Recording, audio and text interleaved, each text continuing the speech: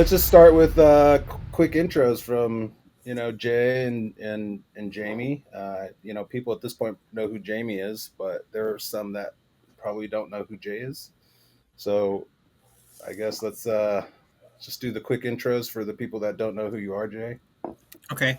My name is JMR. I've been working with cars and engines for a couple decades now. Started off with pushrod stuff, so I have some background on what it takes to stabilize valve train in a pushrod engine, and have peeped into some of the OE approaches on fixing valve train over the last 30, 40, 50 years, because the early engines were quite a mess, and then started messing with JZ stuff, some Honda K, some Honda F, and some Honda B, but nothing nearly as deep down the Honda rabbit hole as you guys have been. Yeah, well, we're Honda guys, so you know. Okay, well, thanks for joining us today. We hope you can ask some good questions based off of your own experiences and insight as well. And then gratuitously, Jamie, why don't you just do a quick little intro? Sure. Jamie Marsh. Most of the Honda industry probably knows me from tuning, from the tuning side of things. Started my early years in the SR20, um, where I slowly branched over to the Nissan stuff. But naturally, as a tuner, I've sort of touched the broad spectrum of both import and domestic 4, 6, and 8 cylinders. Ton of 2J stuff, a lot of 4G, everything across the board in the Honda scene. So fortunate enough to have the mentor on the right of me on my screen, Dave, Brendan? sort of Oh, right Nick, there Brennan. Mentors. They're on the right. to sort of push me to look beyond the average, valve train geometries, velocities, just general cam design, and beyond. There's some things that I'm sure we'll touch on later. All right. Well, I think the reason why I wanted to have you guys in on this conversation is because you guys are engine guys. You've proven it over your own racing and professional experiences that you guys are into the engines, and it's important to have people that have a good understanding of the engine before we can even talk about the cam. You know, Camshafts, I would say, is one of the great mysteries in the engine. Like everybody can do the pistons and the rods and put together and balance it and stuff like that, but there's so much misinformation regarding camshafts, why things work a certain way, or why things fail, or why things are incompatible, why things are compatible. And there's a lot of that information that's not out there. You'd be hard pressed to even find it if you were to, try searching for camshaft stuff on the internet, and you end up basically with a lot of the same very general descriptions that are regurgitated over and over again. And then people twist that. So you got this stream of information that has been twisted over time. And there's nobody there to really correct it. Right. How many people do we actually know that know enough about camshafts and engines to offer good information on that stuff other than just generalizations? So today, my plan was just kind of tell you my journey learning about camshafts. Because when I started this in the 90s, I was an enthusiast. Camshafts was new to me. I didn't know what a camshaft was, what it was really about.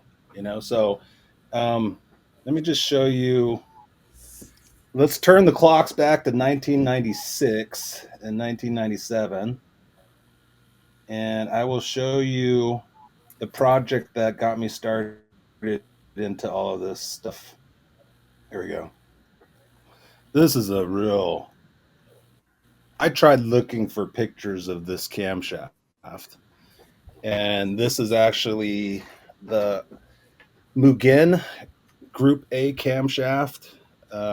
They called it a 3045, so it basically had a 1 millimeter opening at 30 and a 1 millimeter closing at 45 after BDC. So this was the camshaft that they ran in these cars.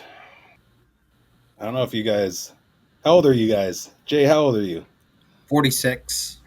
46. How old are you in 89? 11.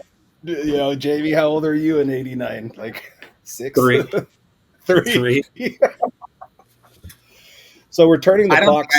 I don't think I've seen a Civic race car that early before, besides like the Turbo 2s. Right. So just to kind of give you a little bit of history on what those Mugen cams were used in. So we have this like EF9 Group A car. This was the later car, right? 93 was probably these schemes in 93, right? These are all very familiar race cars to the Honda crowd, right?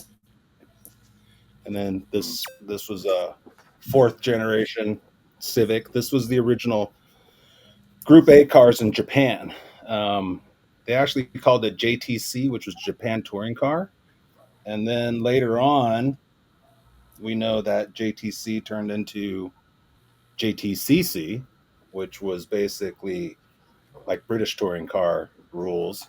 But the source of this was the inspiration for the company's name, Group A.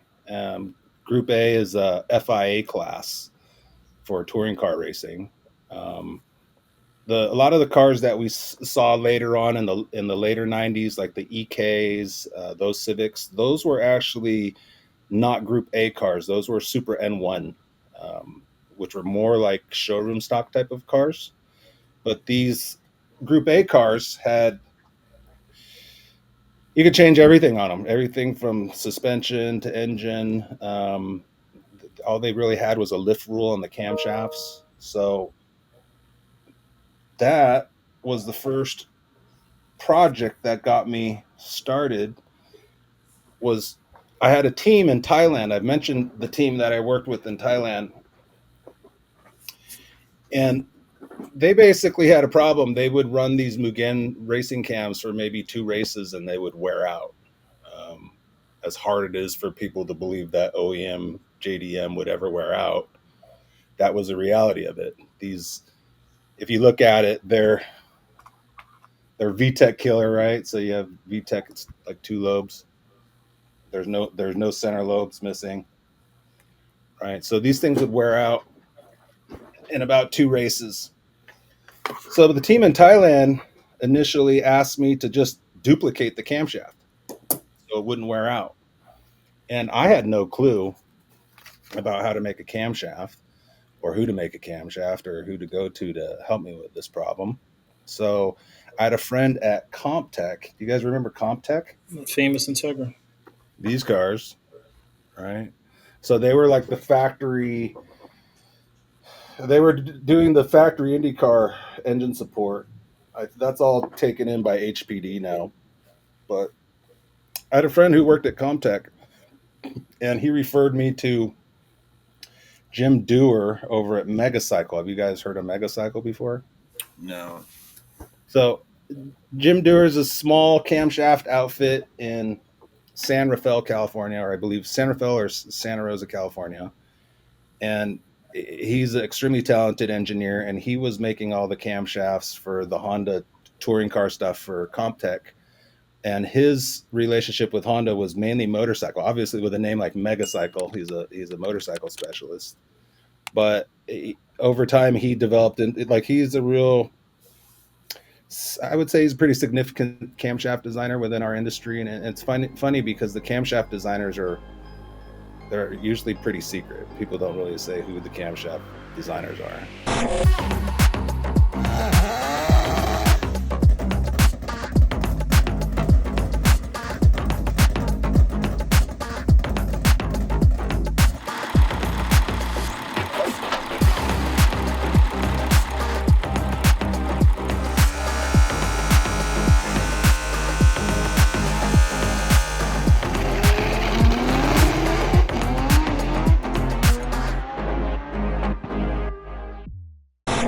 Okay, so here we see here Megacycle Cam, San Rafael.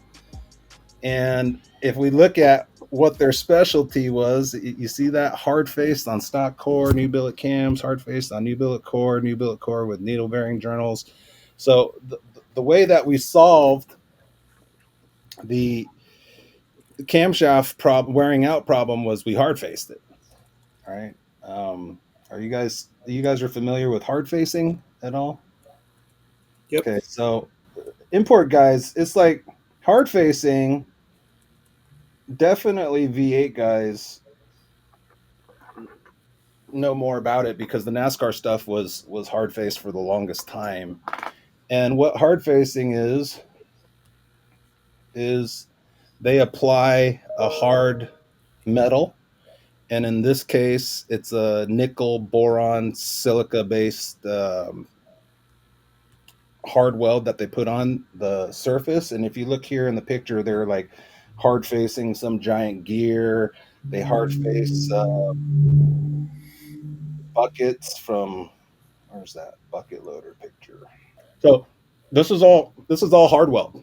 You know, it's a really common industrial practice, not commonly applied. Well, it normally wouldn't be applied to cars, but let's call it American ingenuity. We applied it to camshafts, and it was probably the most important metal for probably the most important technique through the 90s in terms of just keeping NASCAR engines alive, because those are all flat tappet.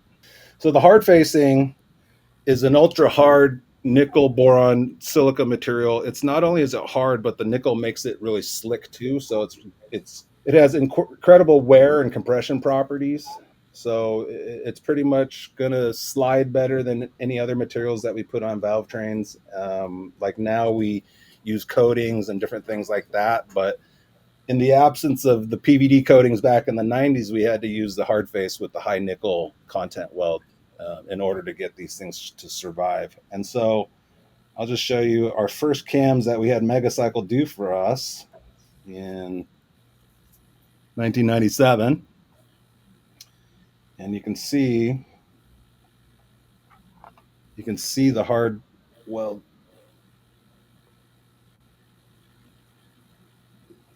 Right, so all of this is material that was added on, welded, and then reground. And this technique absolutely solved the problem. In fact, my mentor, who I did these for, it was kind of a joke between us, because after probably 10 years, they still had these things running in different club cars, and they were still okay after all that time.